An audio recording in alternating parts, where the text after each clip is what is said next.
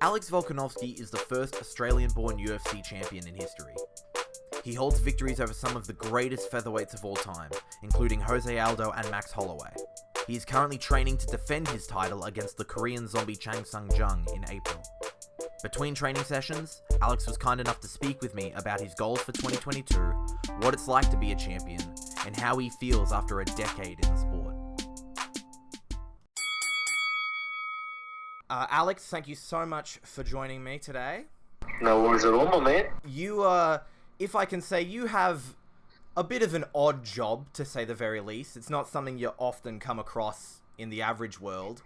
Few people fight, few people go pro, few people become champion. What is it like being at the pinnacle of your sport? Oh man, it's well, it's obviously it's good, right? But I mean, as a competitor and everything like that, this is something that this is a goal that we've had from day one. You strive to be the best you can be, to be the best in the world, and all that type of stuff. It isn't an easy task, but day in day out, you're trying to get yourself better to eventually get yourself to the top. And as you said, only a few can ever get there. But, it's not just about getting to the top, it's staying at the top as well. So I'm in a position where, getting to the top is unreal, but now, time to stay on top. Absolutely, and with your training, you train out of freestyle MMA in New South Wales, as well as city kickboxing, obviously not during lockdown. Do you think that multi-gym training is something that really helps you become as well-rounded as possible?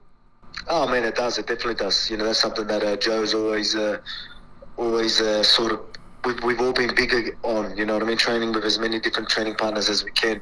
I've travelled the world with him. We've been in many gyms all around the world. Tiger Muay Thai, obviously city kickboxing, even in America, we've travelled and trained with all different bodies. We try and do that as all the time, as many times as we can, because, that really does, when you talk about being well-rounded, and talk about fight IQ.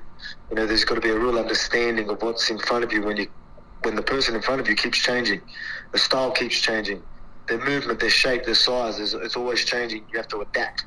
So doing that time and time again, that definitely evolves you as a fighter. Speaking of city kickboxing, and then you just said it yourself there, Tiger Muay Thai, you train at city kickboxing with Israel Adesanya, middleweight champion, and the footage came out not too long ago of you at Tiger Muay Thai sparring former bantamweight champion Petr Yan. When you train with a champion as compared to training with someone who even though they are a pro fighter, do you feel that difference? Oh, yeah, definitely. I think that footage is actually a bit older. That was before we were champions. But I mean, like, again, even back then, we all knew that, everyone at the gym and ourselves, or even looking at Petr Yan, we knew that he was going to make it to the top. And, he was vice versa. They always knew that I was going to make it up the top in my division too. So you can tell that, obviously, by training with them and seeing them train. And, it goes a long way. So we're pretty similar in the way where you look at cardio, toughness and heart and grit, urgency, all that little stuff that you see day in, day out at the gym, you know what I mean? So that's always, you always know it's going to be a fun, competitive round, because there's just no give in both of us. So you always know you're in for a fun round when you're up against guys like that. Charles Oliveira has, I believe, hinted at the possibility of trying to become a double champ. Is that something that at all interests you, or are you focused on your division? Oh, it's definitely something that I'm interested in. Right now, I'm interested in my division. I've got a division to hold, but we are not too far off that double champ status. I've always said it, but now, legacy is a big part of what I've become right now. I've always been I didn't really care too much about that. I was a competitor. I wanted to get to the top, be successful for my family and whatnot. Now I'm there. I want to evolve as a fighter. I want to evolve as much as I can. And we talk about that legacy and all that type of stuff. And the better we get, the better legacy we leave behind. Performance, doing out there, doing what we need to do to really stamp our name in the history book. So, that would play a big part, going doing that double champ status. So that's definitely something that I'm definitely looking at in the near future. You've spoken about wanting to fight 2 or possibly 3 times this year. Do you see the year out moving divisions, or do you think those 3 fights will be in the featherweight division? I can see it happening. I can see that definitely happening. While, you go out there and knock out, a zombie, go out there, finish him. There's definitely, that could definitely be next in talks while we find out who that next guy is, or while we find out who that next guy is and when they're going to be ready. So, you know what I mean? And then you never know what will be in store. So I'm planning on putting on an absolute clinic and really get people talking. So who knows what will happen after that. Your training partner and teammate, Dan the Hangman Hooker, has it's come out, I think, last night that he's officially moving to featherweight, or at least he's going to have a featherweight bout. How do you feel about that? Are you helping him with his weight cut? Well, guys that are in my team, as a part of his team, as in like our nutritionist, we use the same nutritionist, so I know he's on board. Man, I'm happy for him, just because, it's just like him being in the same division as his training partner, Brad Riddell. There's nothing we could do about it. Him coming down isn't like, oh, what is he doing? He's stepping into, that's not how we look at it. I wish him all the best. If we end up meeting down the track, we'll worry about that then. But till then, I hope he's successful. I hope the weight cut goes smoothly for him. He goes out there, puts on a performance. And as I said, further down the track, if it happens, we'll worry about that then. And business is business. You know what I mean? So that's how I look at it, and that's how we look at it. Obviously, we'll wish nothing but the best for each other. And then once we step in, we'll worry about them. We'll cross some hurdles when that's there. Other than that, we'll just stay how we are now. Stay true to what we are right now. Alex, you've just shown it off just then. You're such a nice, lovely guy to talk to. I spoke to you last weekend at this point. And it's almost hard to believe you are such a killer in the division. Before a fight, or whether it be in the training camp or the night of, do you have to do something to get yourself mentally ready to go fight? Oh, no, I don't. Yeah, I don't at all. Because, again, this is a sport. I don't look at it as fighting. It's a sport to me, which is a good thing. So I go out there and, I'm still trying to keep myself chill. I don't actually need to try and get any anger or get any, I don't need no malice behind what I'm doing. Me punching things, and that's just a part of the job. You know what I mean? So I don't need to psych myself out to do that because, again, I still look at this as a sport. Even when I play rugby league, you know what I mean? It's not punching people in the face, but you are still out there to put shots on, to, hurt them in tackles and, take the wind out of them. You know what I mean? Slow them down. So I never looked at it as like, I don't want to hurt this guy. I don't want to ever actually injure the guy.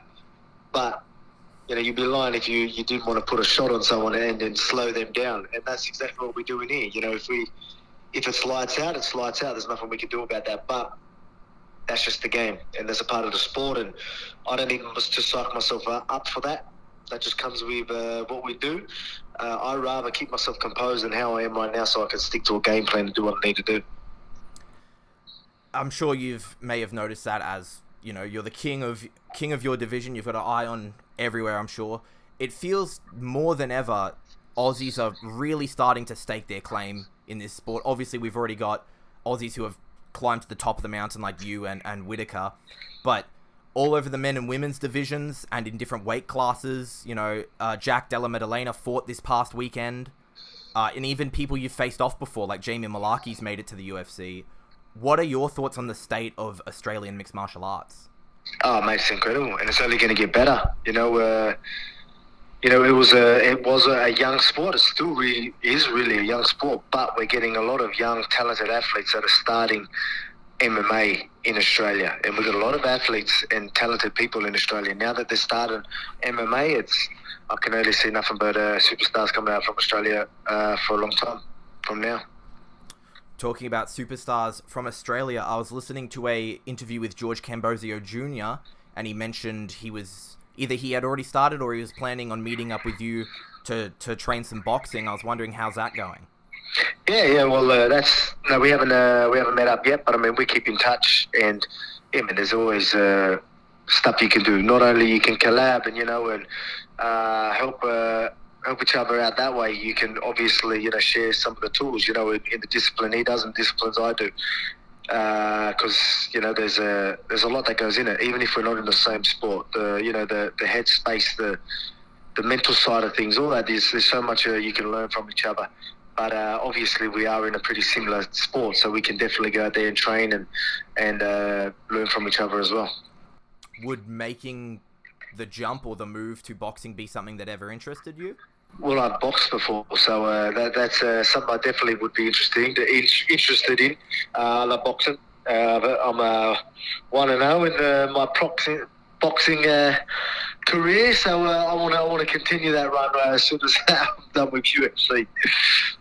I was going to say, how do you feel about the Ngannou situation with Dana, if you've seen any of that? Oh, man, look, it's a tricky situation, but, he's in a pretty good position right now, coming off that win. And he's got guys like Tyson throwing big money at him, I'm sure. And I think that's a big opportunity, not only for his status, but, puts him in a pretty good position when it comes to money. You're very active now on the YouTube channel. You've started up a series where you're, first off, cooking with Volk, which everyone I've interacted with who talks about it, we all love it. We all get really hungry watching it. Would there ever be a Cooking with Volk book? We've already got your children's book. Would there be a cookbook? Oh, yeah, man, I think so. I think that's something definitely we could do. I still got a ways to go. Obviously, I'm still learning. I just enjoy it right now. But everyone's loving it, so that's something that definitely, there's a lot of things that we can pursue with that.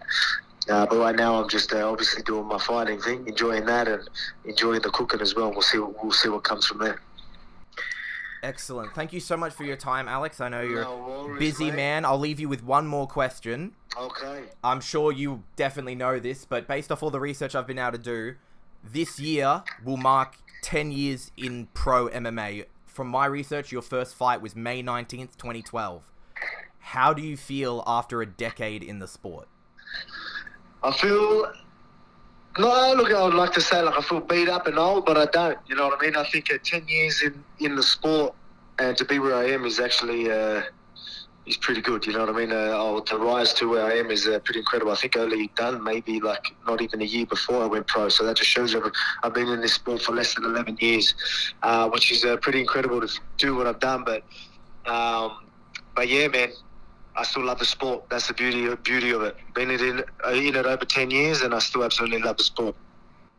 Excellent. Alex, thank you so much for joining me. You are fighting Korean Zombie soon. Does that fight have an official date yet? Yes, April 9th. April 9th. That will be UFC 273, I believe. That's the one. Excellent. Thank you so much for your time. I appreciate this so much.